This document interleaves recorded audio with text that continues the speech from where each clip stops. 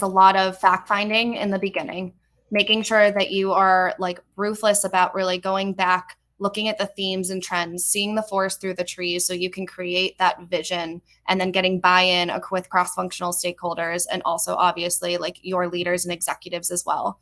Once you have that alignment, it's about really making sure that you also understand the business priorities and OKRs.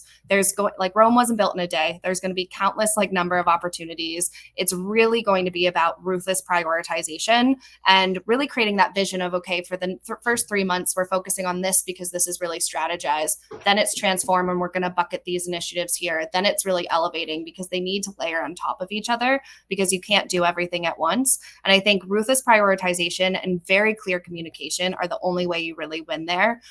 In addition, you're going to definitely, no matter what role you come into, or even if you're the first CSM in your like particular company, there's going to be goals you have to hit.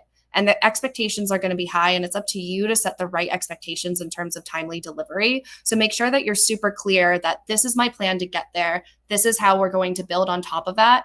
I think in CS, a lot of items are a bit intangible in terms of their value, but without them, you can't scale and grow. So that is really the art of customer success that I think becomes the challenge at the director executive level, is how do you really express that like these commitment to customer satisfaction and these small different items all really are leading indicators that go into that lagging indicator of retention, because that's what people are anticipating and focusing on. But if you're clear that it's going to take 2 or 3 quarters to get there, but here's my plan and here's how I envision this really quantifying and moving the needle like 3-4 quarters out, that will really definitely make an impact.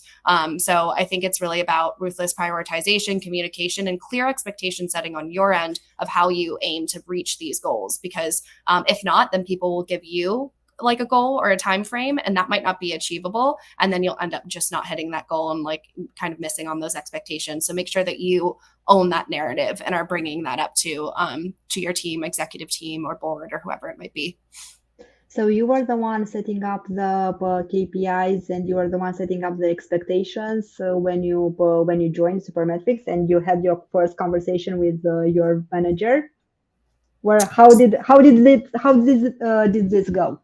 So there's definitely already KPIs in place that I'm kind of reaching towards. I would say there's an introduction of like new KPIs that I've used elsewhere that I'm definitely bringing forward as well. I think the biggest thing is that you can be super KPI heavy. There's always a new metric that's coming to light. Something I've done in the past when I was on the executive team at Cube was really we created across the company a very clear data book for our board of a set of metrics that we were going to live and like kind of breathe by, that were also board level, that we were communicating on. The art is that you don't want to have too many metrics because that's just going to create a lot of chaos, but be really, really specific about what those key like KPIs are going to be. And you need to make sure you have a balance of leading indicators and lagging indicators as well, especially in customer success. Like, you know, your bed's already made 6 months out when it comes to retention. Really a clear focus needs to be on like leading indicators, because that's really what's going to help you have a more accurate forecast. And if you're not focusing in that first 6 months, like leading up to a renewal,